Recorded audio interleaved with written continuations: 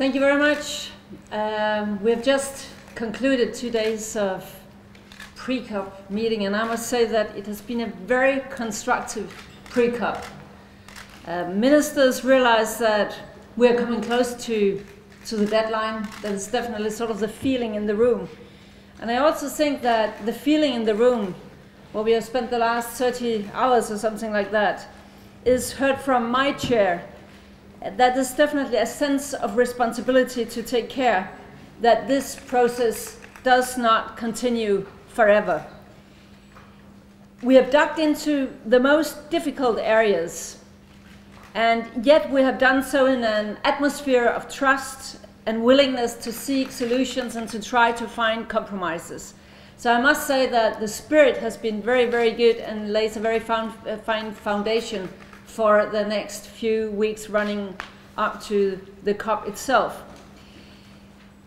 We have sort of dug into what should developed countries deliver, the finance issue, what kind of action should be expected from developing countries. In other words, some of the most difficult issues to discuss in a very representative group of ministers. And also we have had quite some substantial discussion on the adaptation framework and what that could look like. Let me say it very, very briefly, but also I hope very, very clearly, that the Copenhagen Agreement must, with credibility, set the world on the path towards limiting global warming to not more than a maximum of 2 degrees Celsius. That is our overall aim. And therefore, Copenhagen must deliver binding commitments on ambitious targets for industrialized countries for 2020, and that is individual targets. Actions from developing countries, actions when it comes to mitigation, short-term finance as well as long-term finance, and we must also agree on the governance structure for that. We must have an adaptation framework, there must be a technology framework, and there must be enhanced capacity building. That is basically the elements of what will in the end sort of be the Copenhagen package. There we will have a strong set of decisions on how to immediately and rapidly implement all parts of the Bali Action Plan. So just to be very clear, some have sort of misunderstood that maybe they're just doing a partial agreement. That is definitely not our plan. Our plan is to deliver answers on all the major elements. It is also our very clear plan to try to get a mandate for a near-term deadline to turn all of this into a legal form.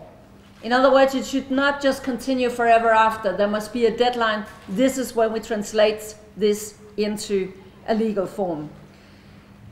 So let me be very clear. Half agreement is no agreement. We must deliver on all this, and I must say that my feeling from the recent 30 hours is that there is a very, very strong will to try to deliver on this. Of course, there are still many pending issues to be solved, but I'm encouraged by the determination ministers have shown to get this done, and to get it done now. For a long time, we've been building up pressure on politicians for them to deliver. And my feeling after these 2 days is that now this pressure starts to result in the political will to get it done. Let me just finish by mentioning just a few examples of how this deadline is already working. We heard yesterday of the new Brazilian target, 36 to 39% deviation from business as usual. South Korea today presented also an ambitious target, 30% below business as usual by 2020. And recently we had Japan, Indonesia, Mexico, Australia, Norway, a whole set of countries starting to respond to the deadline set back in Bali in 2007. And then today, President Obama, after his meeting with President Hu Jintao, said it very clear that in Copenhagen we must have an accord that covers all of the issues in the negotiations and one that has immediate operational effect. In other words, the deadline starts to work. People feel that it is now, and that is sort of the sense of the meeting we just had, and I thought it was a very, very constructive meeting that only sort of gives us the encouragement for the next months of very hard negotiations.